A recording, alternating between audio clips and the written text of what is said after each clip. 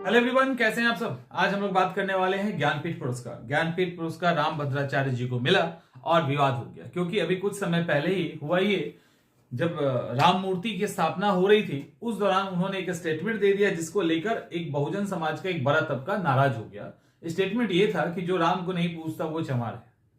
तो ऐसे करके दिया, उसका विवाद हो गई। इनको जब मिला तो उसके बाद विवाद हो गई कि क्या ये पुरस्कार अपनी स्तर को खोता जा रहा है, क्या ये पुरस्कार रामभद्राचार्य को मिलना चाहिए। ऐसे कई सवाल और कई सारे लेख लगातार न्यूज़पेपर में आने शुरू हो गए। तो ज्ञानपीठ पुरस्कार को लेकर हम लोग अभी बात करने वाले हैं। ज्ञानपीठ पुरस्कार में इस तरह का एक प्रशस्ति पत्र दिया जाता है और इस तरह की एक प्रतिमा दी जाती है, एक शॉल दिया जाता है, 11 लाख रुपए दिए जाते हैं। तो हर एक चीज को डिटेल में देखेंगे। सबसे पहला सवाल है, इसके पहला सवाल क्या है, किसे मिला ये ज्ञानपीठ पुरस्कार, किसे मिला। तो ज्ञानपीठ पुरस्कार आपको पता है ऑलरेडी, रामभद्राचार्य जी को संस्कृत के लिए मिला है और गुलजार साहब को उर्दू के लिए मिला है। इनको संस्कृत के लिए, इनको उर्दू के लिए। लेकिन इसके बीच में एक चेहरा आपको नजर आ रहा है, ये चेहरा, ये है विष्णु नागर साहब। ये भी राइटर है, फेमस है काफी, विष्णु नागर साहब। इन्होंने आज के पेपर को भी मैं देख रहा था, तो इसके अंदर भी इन्होंने एक स्टेटमेंट दिया है। एक स्टेटमेंट ये दिया है कि यह चर्चिल को साहित्य का नोबेल मिलने जैसा है। यानी स्टेटमेंट है कि चर्चिल को साहित्य का नोबेल मिलने जैसा है। तो आप सोचिए, रामभद्राचार्य जी को नोबेल मिला और चर्चिल से उसकी तुलना की जा रही है, तो ये तो विवाद है। और विवाद का कारण वही कि एक पर्टिकुलर कम्युनिटी को लेकर स्टेटमेंट या रिलीजियस स्टेटमेंट या समथिंग ऐसे करके, तो रिलीजियस व्यक्ति को नहीं देना चाहिए, इस तरह की बात की गई। सवाल है कि सबसे पहले कि विवाद क्यों आया। तो विवाद की बात मैंने कर दी कि विवाद इसलिए आया कि इन्होंने अभी एक स्टेटमेंट दे दिया था और उसके बाद चूंकि ये रिलीजन, एक पर्टिकुलर रिलीजन से बिलोंग करते हैं और अभी लगातार एक्टिव थे राम मंदिर इन सब मामलों में, तो इन्होंने यानी विष्णु नागर साहब ने एक स्टेटमेंट दिया। उसमें इन्होंने कहा है कि क्या इनको मिलना चाहिए, इनको मिलना चाहिए, यानी विनोद कुमार शुक्ल साहब को मिलना चाहिए था या रामभद्राचार्य ज्यादा डिजर्व करते हैं, क्योंकि ज्ञानपीठ पुरस्कार तो साहित्य के लिए दिया जाता है। तो ये जो विनोद कुमार शुक्ल हैं, इनको अंतर्राष्ट्रीय पेन पुरस्कार भी मिल चुका है। इन्होंने बोला अंतर्राष्ट्रीय पेन पुरस्कार मिल चुका। इनकी किताब नौकरी की कमीज और दीवार में एक लड़की, एक दीवार में एक खिड़की बहुत ही फेमस है, तो इनको क्यों नहीं दिया गया। तो कहीं ना कहीं इनका कहना यह है कि ज्ञानपीठ पुरस्कार अपने अब निचले स्तर पे है और वो सम्मान खोता जा रहा है जो उसको मिलना चाहिए था। अब ये रामभद्राचार्य कौन है, क्यों इनको मिला, वो कौन सा अमेंडमेंट हुआ जिसके कारण मिला, इसको फटाफट क्लियर कर लेते हैं। आपको पता है कि रामभद्राचार्य जो है उनका जन्म जौनपुर में हुआ है। इनका जन्म जौनपुर में 14 जनवरी 1950 को हुआ था और 2 महीने के अंदर ही ट्रैकोमा करके एक बीमारी होती है आंख की, वो गंभीर बीमारी थी, उनसे इनका दोनों आंख ब्लाइंड हो गए। उस समय 2 महीने के बाद ही ये ब्लाइंड हो गए। ये बहुत ही पढ़े लिखे, बहुत ही अधिक डिग्री के साथ बहुत सारे साहित्य की रचना इन्होंने की है, बहुत ही नॉलेजेबल पर्सन है। 22 भाषाओं का इनको ज्ञान है और इनको पद्म पुरस्कार भी 2015 में मिल चुका है। अब जगत गुरु, ये एक्चुअली इन्होंने क्या किया, इन्होंने सबसे पहले एक तुलसी पीठ की स्थापना की। तुलसी पीठ की स्थापना 1982 में चित्रकूट में इन्होंने किया था। बड़ा ही अच्छा जगह है चित्रकूट, वहां किया। उसके बाद दुनिया का, वर्ल्ड का पहला दिव्यांग यूनिवर्सिटी बनाया। ये दिव्यांग यूनिवर्सिटी को वैसे राज्य सरकार ने अपने अधिकार में ले लिया है, लेकिन इनको आजीवन जब तक जिएंगे कुलाधिपति उनके वो बने रहेंगे, यानी ये पोस्ट इनको नहीं हटाया गया है। तो ये भी फैक्ट है। इसके अलावा संस्कृत, हिंदी, अवधी, मैथिली ऐसे कई सारी रचनाओं को इन्होंने लिखा है। अगर ओरिजिनल नाम की बात करें तो इनका ओरिजिनल नाम है गिरधर मिश्रा। गिरधर मिश्रा इनका ओरिजिनल नाम है। इसके अलावा मतलब बहुत टैलेंटेड इंसान है ये। 1978 की बात है, इन्होंने जेआरएफ लिया और जेआरएफ लेने वाले सबसे युवा सन्यासी बने थे ये। उसके अलावा आध्यात्म राणे करके इनका एक पीएचडी का टॉपिक है, उस पे इन्होंने पीएचडी किया और वहां पे भी अच्छा काम किया। यहां पे आप देख सकते हैं कई सारी ग्रंथों की रचना इन्होंने की है, उसमें कुछ सामने है आपके।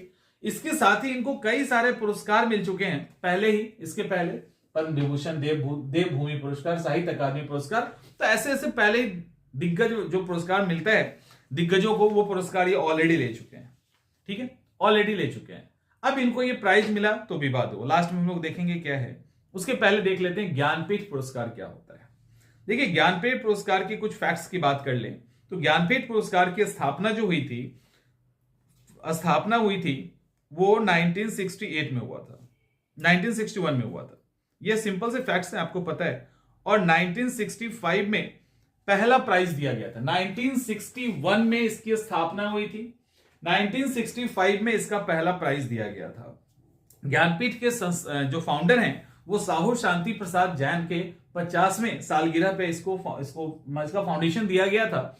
और 1965 में सबसे पहले किसको मिला तो उसको देख लीजिए। 1965 में सबसे पहले जी शंकर कुरूप साहब को मिला। ठीक है, जी शंकर कुरूप को मिला, मलयालम कवि हैं, तो पहला प्राइज मलयालम भाषा को मिलता है 1965 में। उसके बाद पहला हिंदी में प्राइज ये सुमित्रा नंदन पंत है। बहुत लोगों ने, मैंने आप लोग जानते ही होंगे, पढ़ा भी होगा इनको। तो सुमित्रा नंदन पंत को हिंदी के लिए मिला था, लेकिन 1968 में मिला था। अब इसमें मिलता क्या क्या है भाई, इसको अगर ठीक से देखिए तो इसके अंदर आपको मिलेगा एक प्रशस्ति पत्र, उसके बाद 11 लाख रुपए और इस तरह की एक प्रतिमा एक्चुअली ये है, इस तरह की प्रतिमा मिलेगी। ये जो स्टैचू देख रहे हैं ये इससे मिल रहा है ना, ये स्टैचू इससे मिल रहा है ना। एक्चुअली जो ज्ञानपीठ में ये स्टैचू है, ये ओरिजिनल वाला जो ज्ञानपीठ में मिलता है, ये कहां से इंस्पायर्ड है, तो ये और किस देवी की मूर्ति है? तो ये जो वाग देवी है, ये आप देख रहे हो, ये धार है मालवा का, उसमें सरस्वती मंदिर है, उसी के अंदर देवी सरस्वती की मूर्ति है। इसी देवी सरस्वती की मूर्ति से इंस्पायर्ड होके ये वाला जो सेक्शन है, ये वाला जो डिजाइन है, वो डिजाइन बनाया गया है। तो मालवा के जो धार में सरस्वती देवी का मंदिर है और इसकी स्थापना राजा भोज ने 1035 में किया था। इसी पे ये आइडल जो है वो बनाया गया है और यही ज्ञानपीठ पुरस्कार के द्वारा दिया जाता है। अब एक फैक्ट आया कि ज्ञानपीठ में संशोधन कैसे हुआ, क्या संशोधन हुआ, पहले क्या था। ज्ञानपीठ के अंदर प्राइज देने का जो तरीका था वो पहले अलग था। जैसे आजकल देखते हो ना इंटरनेशनल बुकर प्राइज, उसमें क्या होता है, बुकर या इंटरनेशनल बुकर प्राइज में ये होता है कि जो भी इंग्लिश में अच्छे से लिखा हुआ है तो उसको हम दे देंगे, एक किताब उठाया जाता है उस पर दे दिया जाता है। ज्ञानपीठ में भी पहले यही होता था। कब तक ऐसा हुआ है, ये चीजें हुई है 1982 तक यहां पर भी यही हुआ है। कोई भी एक अच्छा लिखा हुआ, भारत के 22 भाषाओं में कोई भी अच्छा लिखा हुआ अगर साहित्य है, कृति है, तो उसको मिल जाता था। तो ज्ञानपीठ में 1982 के पहले एक पर भी मिल जाता था।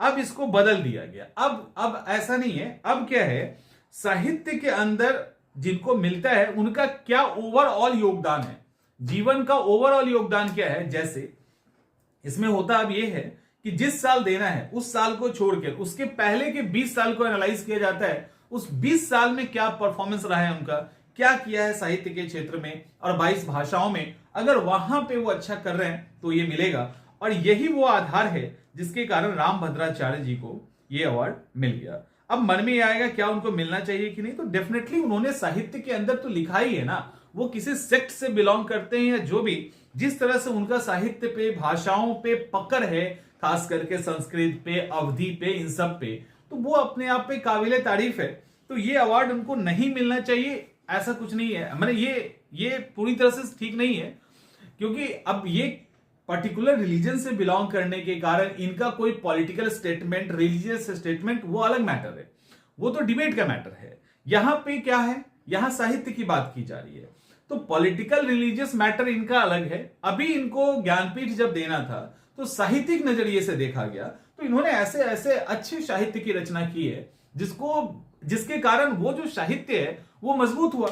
तो ऑब्वियसली संस्कृत के अंदर जिसे महाकाव्यों की रचना की, इन्होंने 4 महाकाव्य लिखा है, 100 से अधिक इन्होंने किताबें लिखी है, 50 इनके रिसर्च पब्लिश हो चुके हैं। तो जो आदमी इतना कर चुका है तो उसको मिलना चाहिए, नहीं उनको मिलना गलत कहीं से भी नहीं है। तो उनको जो मिला है वो ठीक मिला है, बाकी सब पॉलिटिकली और ये विवाद है। तो ये ज्ञानपीठ का सारा कुछ रहा। रामभद्राचार्य के बारे में जाना, जो विवाद थी वो जाना, क्या होना चाहिए वो जान गया आप। इतना काफी है और बाकी फैक्ट्स की इतनी जरूरत नहीं है। हाँ, एक और फैक्ट बता देते हैं जाते जाते कि सबसे अधिक हिंदी को ज्ञानपीठ प्राइज मिला है, हिंदी भाषा को 10 बार। उसके बाद आई थिंक कन्नड़ को मिला है ना, कन्नड़ को मिला है 7 बार। तो अभी सबसे ज्यादा हिंदी चल रहा है, उसके बाद कन्नड़ है। मिलते हैं अगले वीडियो में।